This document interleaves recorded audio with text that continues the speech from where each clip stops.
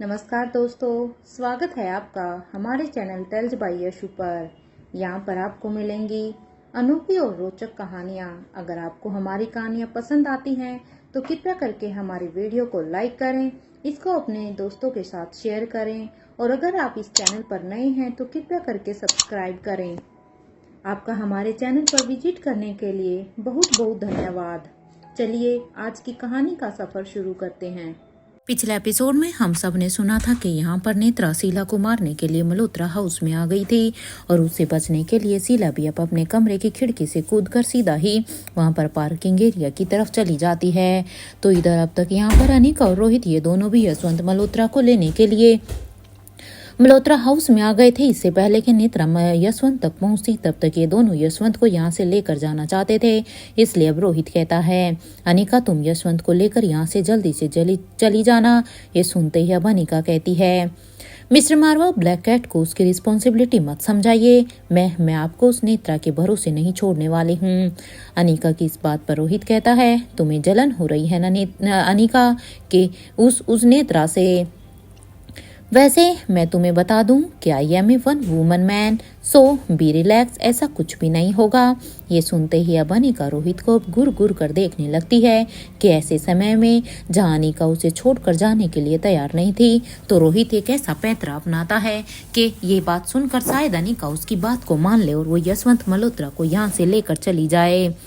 अनिका जब रोहित को इस तरह से घूर घूर कर देख रही थी कि तभी उन दोनों के ही कानों में अब कुछ गिरने की आवाज आती है। उस आवाज को सुनने के बाद अब अनिका कहती है, मिस्टर मारवा, ये आवाज क्या आपने भी सुनी? जरूर यहाँ पर कुछ ना कुछ तो गड़बड़ है, हमें ये देखना होगा। कहीं ऐसा तो नहीं है कि नेत्रा यहाँ पर पहुंच ही चुकी हो। अनिका ये कहते हुए ही अनिका अब जल्दी से गाड़ी के दरवाजे को खोलकर अब बाहर निकल कर आ जाती है क्योंकि अनिका को शक हो गया था कि नेत्रा जरूर यहाँ पर यशवंत को लेने के लिए आई है। तो वहीं जैसे ही अनिका अब अपनी खिड़की से बाहर निकली गाड़ी की तो वहीं दूसरी तरफ से अब रोहित भी जल्दी से अपनी तरफ की खिड़की को खोलकर वो भी गाड़ी से निकल कर बाहर आ जाता है। ये दोनों ही जल्दी से ही अब वहाँ पर मल्होत्रा हाउस के अंदर की तरफ जाने लगते हैं क्योंकि उन्हें जल्द से जल्द अंदर जाकर देखना था कि आखिर हो क्या रहा है। एक तरफ जहाँ पर अनिका और रोहित दोनों यशवंत मल्होत्रा को यहाँ पर लेने के लिए आए थे तो वहीं दूसरी तरफ अब तक सभी ने यहाँ पर आकाश और आलिशा की मौत की खबर सुन ली थी। रोहित के कहे अनुसार चिराग ने सभी चैनल्स पर बस इसी खबर को ही चलवाया हुआ था। इस खबर को सुनकर यहाँ पर गुलेरिया हाउस में भी इन सब चीजों के बारे में पता चला। गुलेरिया हाउस में सभी के चेहरे पर ही काफी उदासी थी। किसी को कुछ भी समझ में नहीं आ रहा था कि आखिर ये सब कैसे हो सकता है।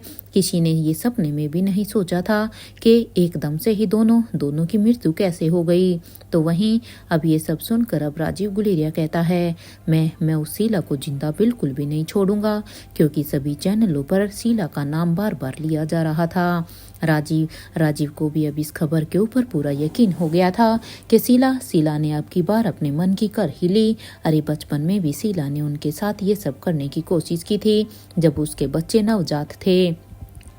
और ये कहते हुए ही राजीव गुलेरिया अब अपने गुस्से में वहां से बाहर निकलकर जाने ही वाला था कि सबसे पहले आज वो शीला को अपने इन्हीं हाथों से मारेगा कि तभी अब उसके कानों में किसी के गिरने की आवाज आती है। जैसे ही राजीव के कानों में किसी चीज के गिरने की आवाज आई तो राजीव अब अचानक से पीछे मुड़कर देखता है। तो जैसे ही राजीव ने पीछे मुड़कर देखा तो मानो राजीव के पैरों के तले से तो एकदम से जमीन ही खिसक गई हो क्योंकि वहां पर ये नीचे कोई चीज नहीं बल्कि खुद अंजलि मल्होत्रा गिरी हुई थी। अंजलि को इस तरह से गिरा हुआ देखकर तो अब राजीव एकदम से ही राजीव के हाथ पैर फूल जाते हैं और वो अब जल्दी से भागकर अब अंजलि के पास जाता है और अब वो यहाँ पर अंजलि को अपने हाथों में उठाता है और उठाते हुए ही अब मयूर से कहता है, मयूर जल्दी से पानी का गिलास दो, देखो अंजलि को क्या हो गया है। राजीव गुलेरिया की ये बात सुनते ही मयूर भी वहां पर जो कि ये सब कुछ बड़े ही ध्यान से देख रहा था वो जल्दी से अपने सेंस में आता है और अब वो जल्दी से भागकर पानी के गिलास को जल्दी से उठा कर लाता है और उस पानी को राजीव गुलेरिया को दे देता है। तो वहीं जैसे ही राजीव के हाथ में अब ये पानी का गिलास आया तो राजीव भी अब अपने हाथ से थोड़ा सा पानी लेता है और अब अपने हाथ में थोड़ा पानी लेने के बाद अब वो यहाँ पर अंजलि के मुंह पर उस पानी को डालता है ताकि अंजलि को इस पानी के से जल्द होश आ जाए। राजीव यहाँ पर अंजलि को होश में लाने की कोशिश कर रहा था, लेकिन अंजलि अभी भी बेहोश थी। अब इस तरह से अंजलि को देखकर अब नंदिनी भाभी कहती है, चाचा जी आंटी को अभी ट्रीटमेंट की ज़रूरत है, इसलिए आप अभी के अभी आंटी को प्लीज़ मेडिकल रूम में लेकर चलिए, क्योंकि देखिए पहले ही उनकी तबीयत ठीक नहीं थी और अब ये सब कुछ मुझे लगता है कि स्ट्रेस और शॉक की वजह से वो बेहोश हो गई है। नंदिनी भाभी की ये बात सुनते ही अब राजीव अब हाँ में अपना सिर हिलाता है और अब वो अंजलि को अपने हाथों में उठाकर वहाँ से भागने लगता है। राजीव बस जल्द से जल्द यहाँ पर मेडिकल फ्लो रूम तक पहुँचना चाहता था। तो वहीं जहाँ एक तरफ ये सब हो रहा था तो अब तक क्रिश भी वहाँ पर आ जाता है। उसे देखकर अब नंदिनी भाभी कहती है, क्रिश वो आंटी को अभी राजीव अंकल मेडिकल रूम में लेकर गए हैं, इसलिए तुम जाओ और जाकर देखो। नंदिनी भाभी की ये बात सुनते ही अब क्रिश भी कहता है, श्रेया भाभी कहाँ है? क्योंकि यहाँ पर गुलेरिया परिवार के साथ साथ मल्होत्रा परिवार में भी सबको ऑलरेडी पता चल गया था कि यहाँ पर क्या हुआ है, क्योंकि जहाँ एक बड़ा लॉस आलिशा का हुआ था तो साथ के साथ आकाश गुलेरिया का भी हुआ था। इसलिए आकाश के बारे में सोचते हुए ही अब अचानक से क्रिश को श्रेया के बारे में ध्यान आता है, क्योंकि जब श्रेया को इन सब बातों के बारे में पता चलेगा तो उसका पता नहीं क्या रिएक्ट होगा, क्योंकि ये सब एक बार सब श्रेया का रिएक्शन पहले भी जान चुके थे जब दमयंती देवी ने आकाश को अपने कब्जे में किया था। अब यहाँ पर इसलिए क्रिश सबसे पहले श्रेया के बारे में ही पूछता है और अब वो अपना एक्सप्लेन करते हुए कहता है, वो मेरा मतलब है कि श्रेया भाभी ठीक है ना, वो कहीं दिखाई नहीं दे रही।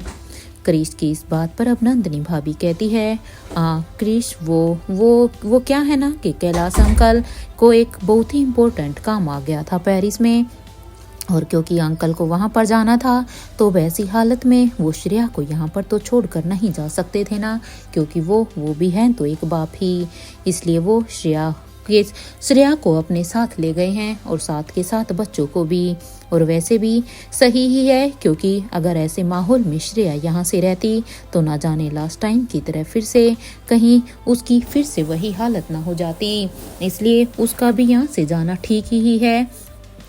अब नंदिनी भाभी की इस बात को सुनकर अब क्रिश कहता है, हाँ ये तो अच्छी बात है भाभी, वैसे कोई कर भी क्या सकता है। अरे भला किसी ने ये थोड़ी ना सोचा था कि एक साथ ही यहाँ पर दो इस तरह से ऐसी मुसीबतें आ जाएंगी।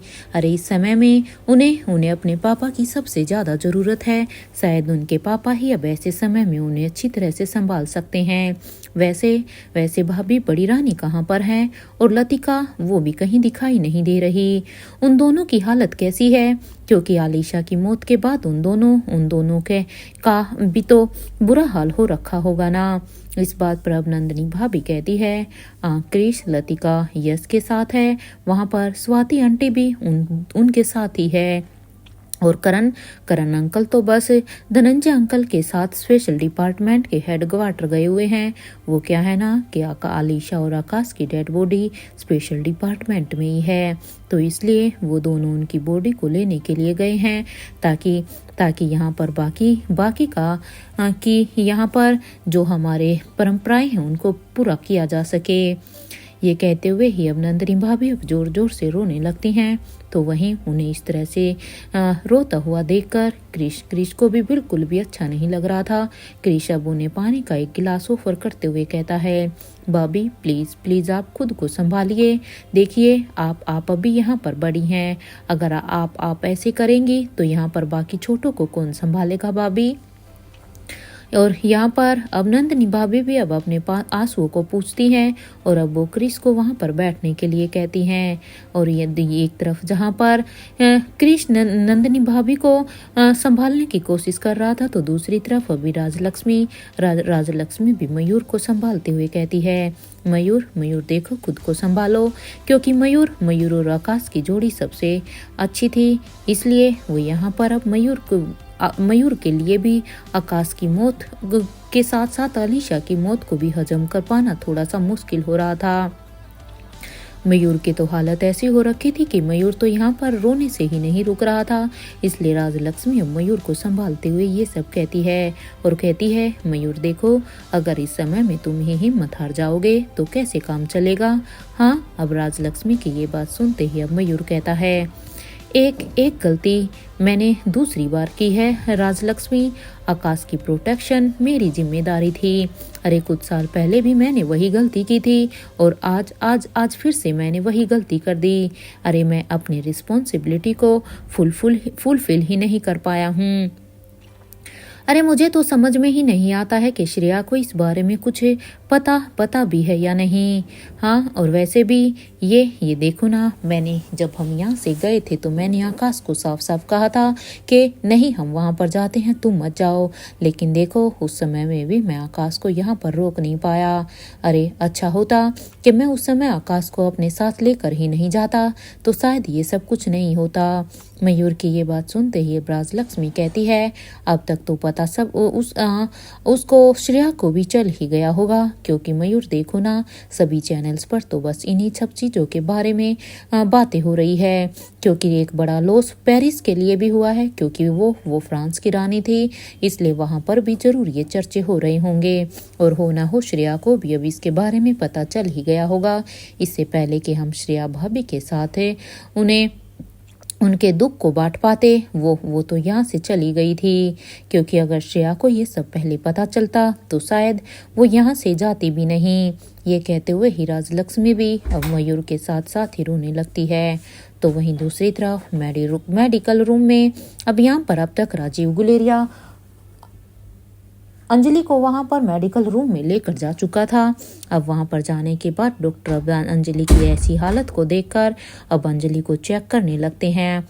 अंजलि को पूरी तरह से चेक करने के बाद अब डॉक्टर राजीव से कहता है, देखो, मैंने आपसे पहले भी कहा था ना कि इन्हें स्ट्रेस देना बिल्कुल भी सही नहीं है। अरे वो ये स्ट्रेस बर्दाश्त नहीं कर पाएंगी, क्योंकि इनकी हालत पहले भी ठीक नहीं थी। डॉक्टर की ये बात सुनते ही अब राजीव गुलेरिया कहता है, आपके इसके स्ट्रेस लेवल को कम करने के लिए डॉक्टर राजलक्ष्मी को बुलाइए, या फिर डॉक्टर अमृता, मेरा मतलब है कि अनिका गुलेरिया को। ये सुनते ही अब राजीव अब अपने मन में ही कहता है, मैं ऐसा क्या करूं कि अंजलि अपने स्ट्रेस से दूर रहे। क्योंकि अब यहाँ पर सिचुएशन ऐसी हो चुकी थी कि खुद राजीव को भी कुछ भी समझ में नहीं आ रहा था। अंजलि की अब ऐसी हालत थी कि राजीव को अब ये भी डर था कि उसने आज अपने बच्चों को तो खो ही दिया है, कहीं ऐसा ना हो कि अंजलि को भी कुछ हो जाए। अब राजीव यही सोचता है कि अब वो ऐसा क्या करे, क्योंकि अगर ये ऐसे ही रही तो फिर कोई भी फायदा नहीं होगा। इसका कोई भी ट्रीटमेंट का इसके ऊपर कोई भी असर नहीं होगा। यहाँ राजीव अब डॉक्टर से कहता है, डॉक्टर आप अपने लेवल पर प्लीज कोशिश कीजिए ना, तब तक मैं अनिका या फिर राजलक्ष्मी से इसके बारे में बात करता हूँ। क्योंकि अभी सिचुएशन कुछ ऐसी है कि ऐसी हालत में मैं भी किसी को कह भी नहीं सकता। और सबसे बड़ी बात तो ये है कि इन दोनों का स्टेट ऑफ माइंड भी तो पता नहीं समय कैसा होगा। ये कहते हुए ही राजीव अब उस रूम से बाहर निकल जाता है। जैसे ही राजीव अब वहाँ से बाहर निकलता है तो वो सामने अपने दोस्त महेंद्र को देखता है, क्योंकि महेंद्र भी यहाँ पर राजीव के साथ पीछे पीछे ही आ गया था। और अब वहाँ पर महेंद्र को देख कर कहता है, महेंद्र, मैं शीला को बिल्कुल जान से मार दूंगा। अरे ये ऐसे कैसे मेरे बच्चों के साथ कर सकती है। और ये कहते हुए ही अब यहाँ पर महेंद्र पीरा और राजीव की ये बात सुनते ही अब महेंद्र पीरामल भी कहते हैं, राजीव देख, मेरे साथ मेरे रूम में चल। राजीव, मुझे तुमसे कुछ जरूरी बात करनी है। और वैसे भी अभी तुम बहुत ही गुस्से में हो। इस समय गुस्से में कोई भी ऐसा कदम मत उठाना जिसके लिए हमें बाद में पछताना पड़े। महेंद्र की ये बात सुनते ही अब राजीव कहता है, नहीं महेंद्र, अभी नहीं। इस वक्त मुझे बस शीला को जान से मारना है, क्योंकि जब तक मैं अब उस शीला को अपने हाथों से नहीं मार देता तब तक शायद मेरे इस कलेजे को ठंडक नहीं पहुंचेगी। अरे मेरे कलेजे को तो ठंडक अब वैसे भी नहीं पहुंचने वाली है, क्योंकि मेरा तो सब कुछ खत्म ही हो चुका है। राजीव की ये बात सुनते ही अब महेंद्र पीरामल कहते हैं, देखो देखो राजीव, अगर तुम उस शीला को मारना चाहते हो तो मैं तुम्हें बिल्कुल भी नहीं रोकूंगा, तुम उसे बेशक से मार दो, लेकिन पहले पहले मेरी बात को सुन ले। अब चल मेरे साथ, क्योंकि तुझे सबसे पहले मेरी बात सुननी बहुत ही जरूरी है। और ये कहते हुए ही महेंद्र पीरामल अब राजीव को अपने साथ लेकर जाने लगते हैं। एक तरफ जहाँ पर गुलेरिया हाउस में वो ये सब हो रहा था, तो वहीं दूसरी तरफ मल्होत्रा हाउस में यहाँ शीला अब खुद को नेत्रा से बचाते हुए ही वो अब एक पुराने दरवाजे के पास आ जाती है। और वो उसे देखकर अब हैरान होते हुए ही कहती है, मेरे ही घर में एक खुफिया रास्ता है, क्योंकि शीला को तो इस रास्ते के बारे में कुछ भी पता नहीं था। अब कहती है, ये कैसा रास्ता है और मुझे इसके बारे में अभी तक कुछ भी पता क्यों नहीं है। और ये सब सोचते हुए ही शीला अब इस दरवाजे को तोड़ने की कोशिश करने लगती है, क्योंकि शीला को लगा था कि इस खुफिया रास्ते में अगर शीला चली जाएगी तो शायद नेत्रा उसे नहीं ढूंढ पाएगी, और इसलिए वो उसे तोड़ने की कोशिश कर रही थी। उस दरवाजे की तरफ कोई भी ध्यान नहीं देता था, इसलिए वो ये दरवाज़ा भी काफ़ी कमज़ोर हो गया था। इसलिए शीला के थोड़े से ही पुश करने से ही वो दरवाज़ा अब अपने आप ही खुल जाता है। तो वहीं शीला तो पहले यहाँ पर अब इधर उधर देखती है कि कहीं नेत्रा उसे देख तो नहीं रही है, या फिर कोई ऐसा शख्स कि यहाँ का कोई सर्वेंट उसे देख तो नहीं रहा है। तो अब यहाँ पर जब उसे वहाँ पर कुछ भी दिखाई नहीं देता तो वो जल्दी से अब इसके अंदर चली जाती है, और वहाँ जाने के बाद अब वो इस दरवाजे को फिर से बंद कर देती है। जब वहाँ अंदर जाने के बाद शीला इधर उधर देखती है तो वो भी यहाँ पर किसी स्टोर रूम से ये जगह कम नहीं लग रही थी, जहाँ पर सालों पुरानी फाइल्स रखी हुई थी और कुछ पुराना फर्नीचर भी था। ये सब देखकर तो अब शीला कहती है, लगता है कि ये शायद पापा की लाइब्रेरी थी। ये देखते हुए ही शीला अब अपने कदमों को उस रूम में आगे बढ़ा देती है। वो पूरा का पूरा रूम यहाँ पर अंधेरे से भरा हुआ था, बस यहाँ पर रोशनदान से ही थोड़ी बहुत रोशनी इस कमरे के अंदर आ रही थी, और वो भी हल्की हल्की। यहाँ शीला अभी इसे देखकर यही सोचती है कि इस वक्त मेरा यहीं पर ही छुपे रहना सही है, वरना अभी तो ये नेत्रा मेरे पीछे ही है, और अब तक तो राजीव को भी पता चल ही गया होगा तो मैंने उसके बच्चों को मारा है, क्योंकि जिस तरह से ये न्यूज़ हर चैनल पर चल रही है अब राजीव को तो सीधा का सीधा मुझ पर ही शक होगा, इसलिए वो भी मेरे खून का प्यासा होगा। पता नहीं अब कब वो भी मुझे ढूंढते ढूंढते यहाँ तक आ पहुँचे। नहीं, अब मैं बाहर बिल्कुल भी नहीं निकल सकती हूँ। मैं भी इस तरह का कोई भी रिस्क नहीं ले सकती, क्योंकि एक तो नेत्रा के से अपने आप को बचाना मुश्किल था, अब साथ के साथ ही राजीव से भी मुझे खुद को बचाना होगा। अगर माज यहाँ से बाहर गई तो फिर मेरा भी वही हाल होगा जो कि इंद्रजीत पीरामल का हुआ था। नहीं, मैं इस तरह से नहीं मर सकती। यहाँ शीला अब डर के मारे अब उस रूम के एक कोने में डर कर जाकर बैठ जाती है। तो क्योंकि अब शीला को सच में अब आभास हो गया था कि अब शायद उसकी मौत नज़दीक है, क्योंकि जैसे ही वो नेत्रा या राजीव के हाथों में लगी तो फिर तो उसे कोई भी नहीं बचा सकता। तो वहीं दूसरी तरफ नेत्रा भी अब यहाँ पर शीला को आवाज़ लगा रही थी कि शीला देखो, तुम जहाँ कहीं भी हो अभी के अभी मेरी आंखों के सामने आ जाओ। अगर तुम अपने आप मेरे आंख सामने नहीं आई और अगर मैं तुम तक पहुँच गई तो फिर तो जो मौत मैं तुम्हें देने वाली हूँ, तुम्हारी मौत फिर उससे भी बदतर होगी। यहाँ पर नेत्रा पूरे के पूरे मल्होत्रा हाउस में ही इसी तरह से ही शीला को आवाज़ देते हुए घूम रही थी, लेकिन जब शीला उसे कहीं भी नहीं मिली तो वो समझ जाती है कि अब उसे क्या करना है। ये सोचकर ही अब नेत्रा अपने आसपास देखने लगती है तो उसे सामने अब एक पंछी दिखाई देता है। अब उस पंछी को यहाँ पर अब नेत्रा हिप्नोटाइज करने लगती है। कुछ ही देर में वो इस पंछी से कहती है, मुझे शीला के पास लेकर चलो। अब मुझे हर हाल में बस शीला के पास पहुंचना है। अब नेत्रा की इस बात को समझकर अब वो पंछी आसमान की तरफ उड़ने लगता है। जिस जिस तरफ अब वो पंछी जा रहा था उसी के पीछे पीछे अब नेत्रा भी जाने लगती है, क्योंकि अब नेत्रा को पता था कि इस पंछी के द्वारा तो वो जरूर शीला तक पहुंची जाएगी। इधर कुछ ही देर के बाद वो पंछी भी यहाँ पर नेत्रा को उसी दरवाजे के पास लेकर आ जाता है, जो यहाँ पर एक पुराना सा दरवाजा था जिसे खोलकर शीला भी अंदर गई थी। जैसे ही वो पंछी यहाँ पर रुकता है तो अब से नेत्रा के चेहरे पर एक स्माइल आ जाती है। अब नेत्रा को समझते ये बिल्कुल भी देर नहीं लगी कि जरूर शीला अब इसी के अंदर छिपी हुई है। इसलिए नेत्रा अब यहाँ पर अपनी पूरी ताकत के साथ अब यहाँ पर एक जोर की लात अब उस दरवाजे को मारती है। क्योंकि ये दरवाजा तो पहले ही काफी पुराना था, तो नेत्रा की एक जोर की लात से ही वो दरवाजा अब यहाँ पर टुकड़ों में बिखर जाता है और वो नीचे गिर जाता है। जैसे ही ये दरवाजा टूटता है तो नेत्रा भी यहाँ पर अंदर आ जाती है और अब अंदर आते हुए वो फिर से शीला को आवाज लगाने लगती है। वो फिर से कहती है, शीला देख देख तेरा छुपना व्यर्थ है, तो जितना मुझे परेशान करेगी तेरी मौत उतनी ही दर्दनाक होगी। अगर देख तेरी मौत तो आज पूरी तरह से तय है, लेकिन अगर तू खुद ब खुद मेरे सामने आ जाएगी तो शायद मैं तेरे ऊपर थोड़ा सा रहम कर दूं। ये सब कहते हुए ही नेत्रा अब शीला को आवाज लगाने लगती है। तो वहीं इधर दूसरी तरफ अनिका भी मल्होत्रा हाउस के अंदर आ जाती है। अनिका अब लैब की तरफ जाने लगती है, तो वहीं दूसरी तरफ रोहित, जो कि नेत्रा के ऊपर ही अपनी नजर बनाए हुए था। अब रोहित को समझ आ गया था कि इस वक्त नेत्रा के ऊपर शीला को मारने का भूत सवार है, इसलिए वो भी अनिका की हेल्प करने के लिए मल्होत्रा हाउस के अंदर की तरफ जाने लगता है।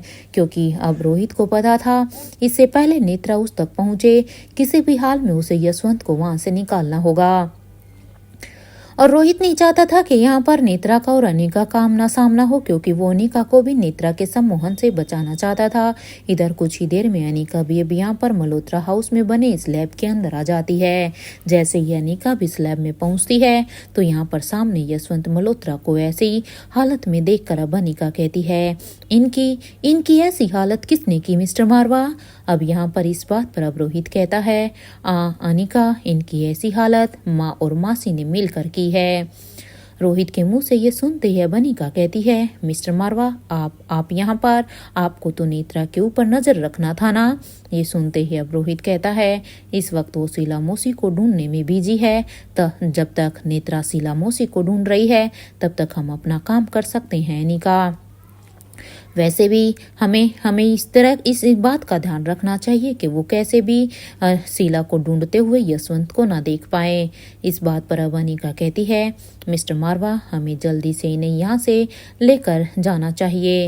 ये सुनते ही अब अनिका और रोहित दोनों ही अब यशवंत मल्होत्रा की रस्सियों को खोलकर अब वो उन्हें अपने साथ लेकर जाने ही वाले थे कि तभी भी यहाँ पर अनिका के कानों में अब किसी के कदमों की आहट सुनाई देती है। अनिका को ऐसा जान पड़ रहा था जैसे कोई उन्हीं की तरफ ही बढ़ रहा है, इसलिए उस आहट को सुनकर अब अनिका रोहित को वहीं पर ही रुकने के लिए कहती है और वो अपने कदमों को अब उस तरफ ही बढ़ा देती है जहां से अनिका को ये आवाज आ रही थी।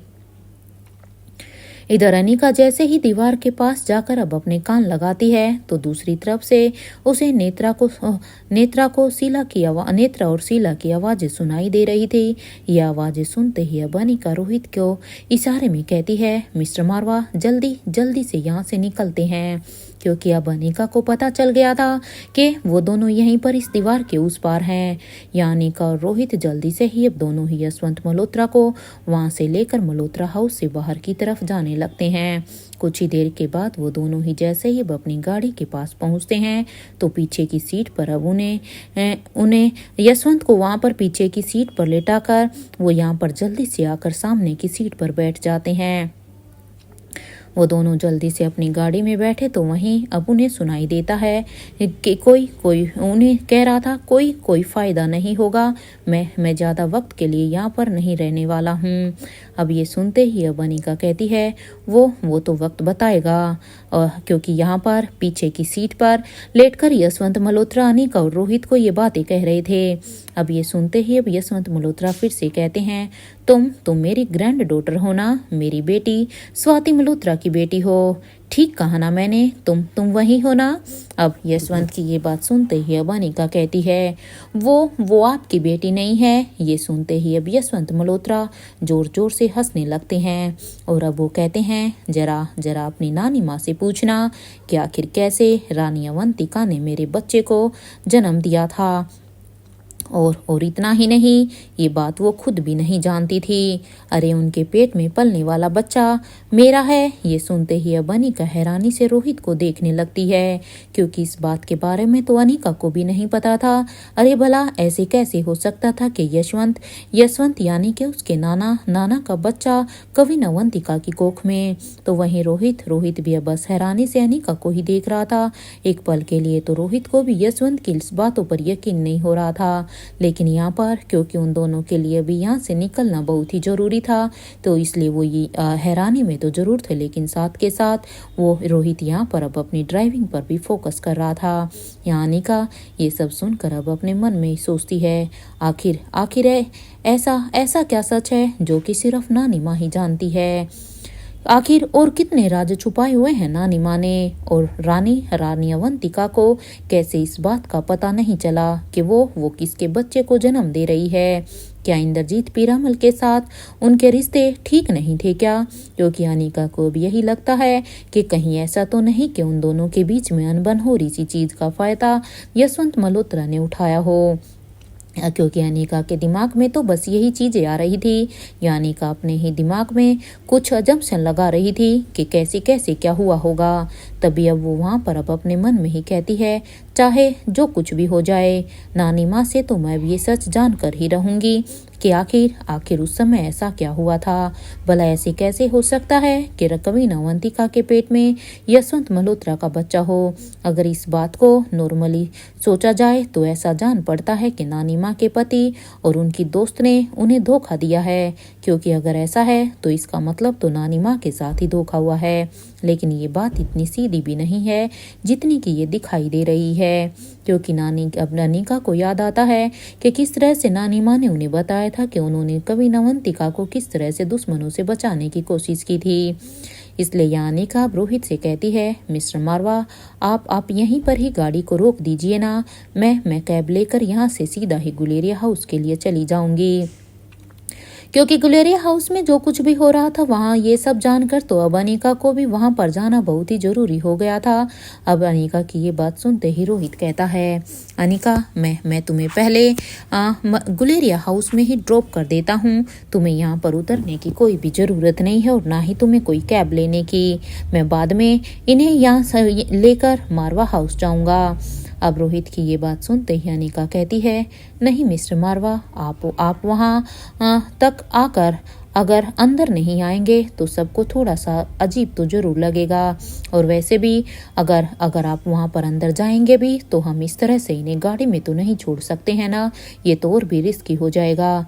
तो इन्हें हम इस तरह से नहीं छोड़ सकते हैं। ये सुनते ही अब रोहित कहता है लेकिन अनिका, मैं तुम्हें अकेले ऐसे कैसे? अनिका, तुम्हें पता है ना मैं तुम्हें ऐसे नहीं छोड़ सकता।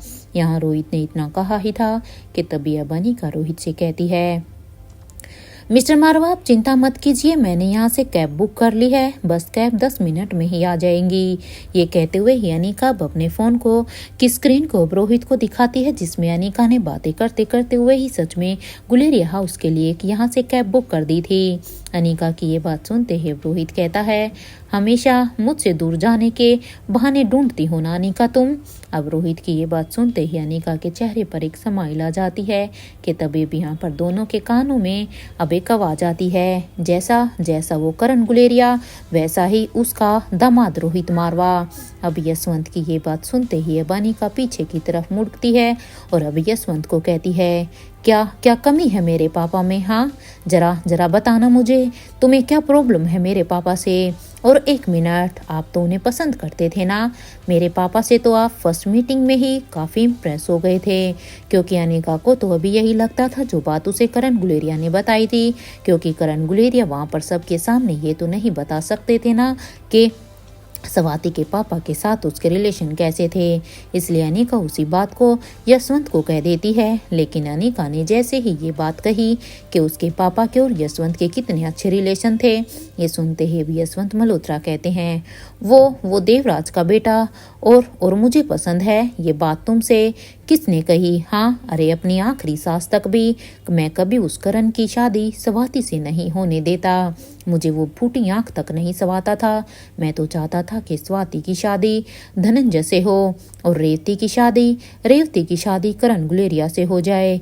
इससे स्वाति राजमहल की रानी होती और जैसे ही वो राजमहल की रानी बनकर धनंजय के बच्चे को जन्म देती तब मैं उसे और धनंजय को मार देता और उसके बाद राजमहल मेरा हो जाता। क्योंकि मैंने तो ये सब प्लान किया था। तो अब तुम ही बताओ कि मुझे वो करण क्यों पसंद होगा? अरे जो प्लान मैंने बनाया था उस प्लान को पूरा करने के लिए भला मैं क्यों उस करण को पसंद करूंगा? क्योंकि मेरी पहली पसंद तो स्वाति के लिए धनंजय पीरामल थे, ना कि करण गुलेरिया।